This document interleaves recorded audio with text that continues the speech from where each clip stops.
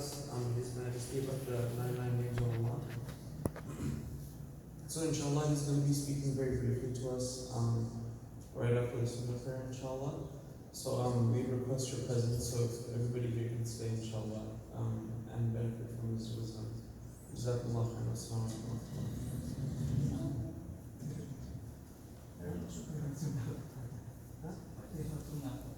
Oh, right. Sorry.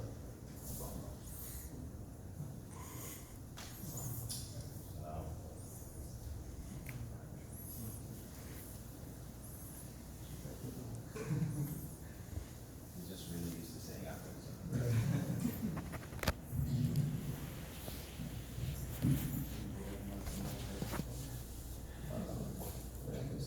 Alhamdulillah, wassalatu ala rasulillah wa ala alihi wa sahbihi sallam kathira. Ashhadu an la ilaha illallah wahdahu la sharika lahu wa ashhadu anna Muhammadan abduhu wa rasuluh. Salawatu rabbi wa salamu alayhi.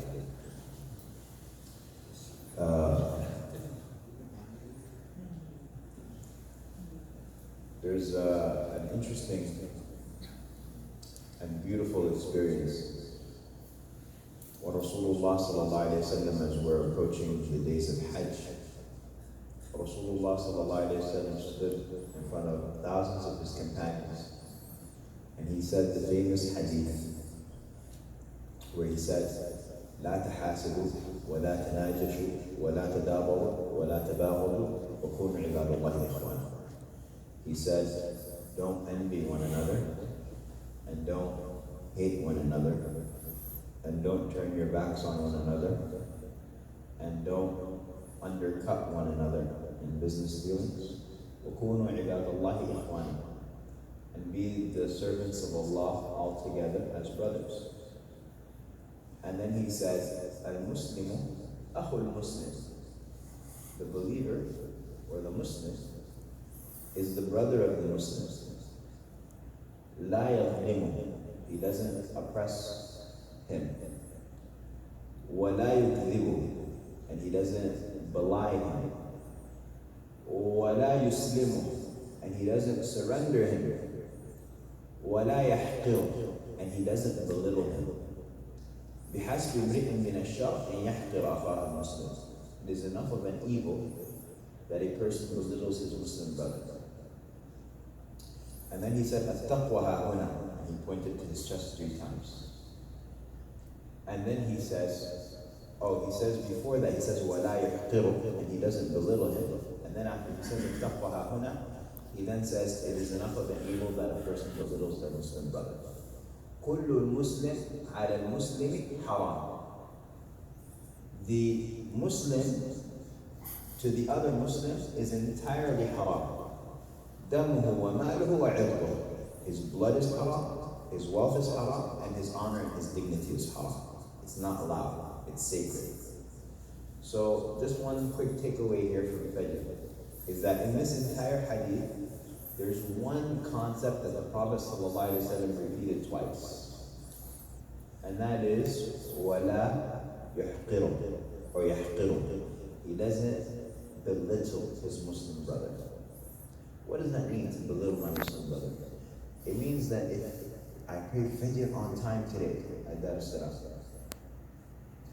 and I pray all of my salahs on time, and I lower my gaze, and I stay away from anything that's haram, but the only thing that I did today, the only thing that I did wrong was that I called my wife stupid, or I called my son a himar or a donkey or some sort of name like that, or my brother or sister, I insulted them in some way, or I looked down upon somebody in another way. If that is the only thing that I did, the Prophet ﷺ says, بِحَسْبِ امْرِئٍ مِنَ الشَّرِّ أَن يَحْقِرَ أَخَاهُ الْمُسْلِمَ. That is enough of an evil that a person belittles their Muslim brother. That is enough of a bad thing. And so we have to be very, very careful of looking down upon people, because you cannot look down upon someone except if you are thinking yourself to be in a state of elevation. I can't look down upon someone unless I think that I'm higher than them. That's why I'm looking down, right?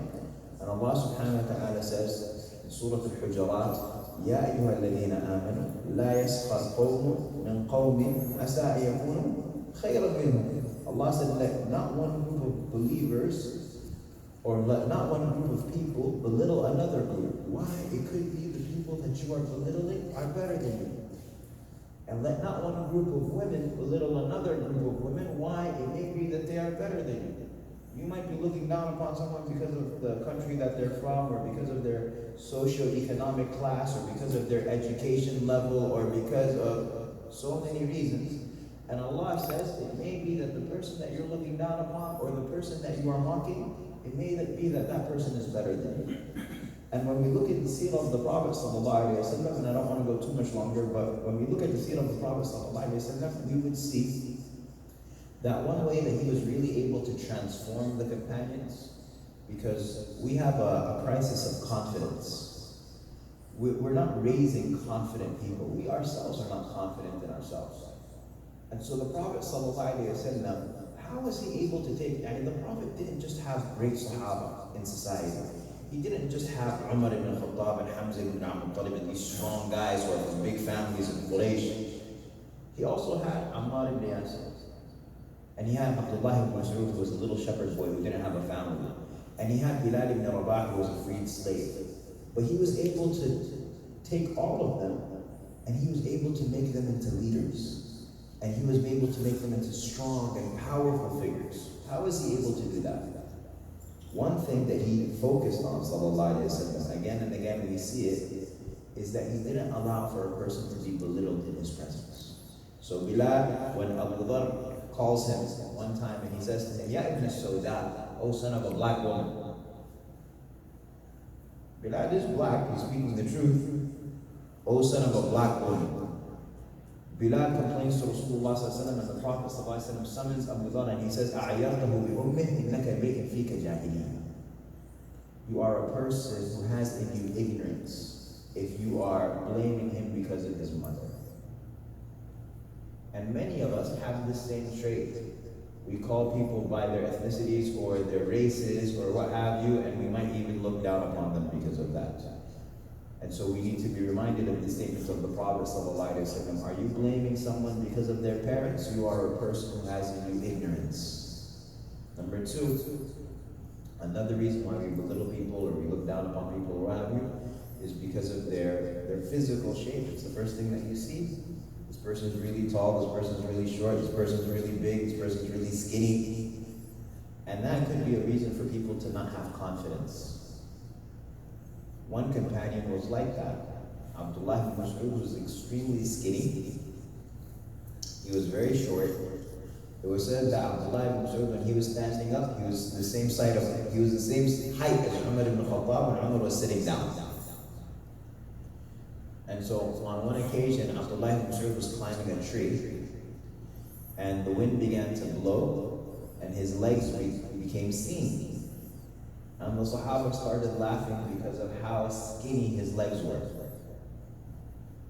And so the Prophet ﷺ then said, أَتَضْحَكُونَ مِنْ دِقَّةِ سَاقَيْهِ?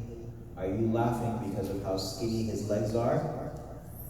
وَالَّذِي نَفْسِي بِيَدِهِ لَهُمَا أَثْقَلُ فِي الْمِيزَانِ مِنْ جَبَلِ أُحُدٍ. By the one in whose hand is my soul, those legs on the day of judgment are going to outweigh the mountain of Uhud.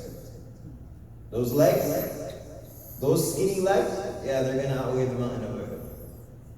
And so that very cause of Abdullah ibn Mas'ud, maybe his self-consciousness, insecurity, he makes it a cause of incredible virtue. When you read about Abdullah ibn Mas'ud, you don't read about how skinny his legs are. You learn about how heavy his legs are on the day of judgment. And so we see this again and again and again with Rasulullah sallallahu alayhi wa sallam. Why? Because he's wanting to raise companions who are not people who are weak in their character, weak in their belief about themselves, weak in their confidence. He needed to raise an ummah of leaders and an ummah of people who would be able to carry this message beyond Medina. And so he has 19-year-old Rabi'i ibn Amr. And Rabi'i ibn Amr, many people don't know, he was 19 years old when he made his famous statement. And he was entering into the court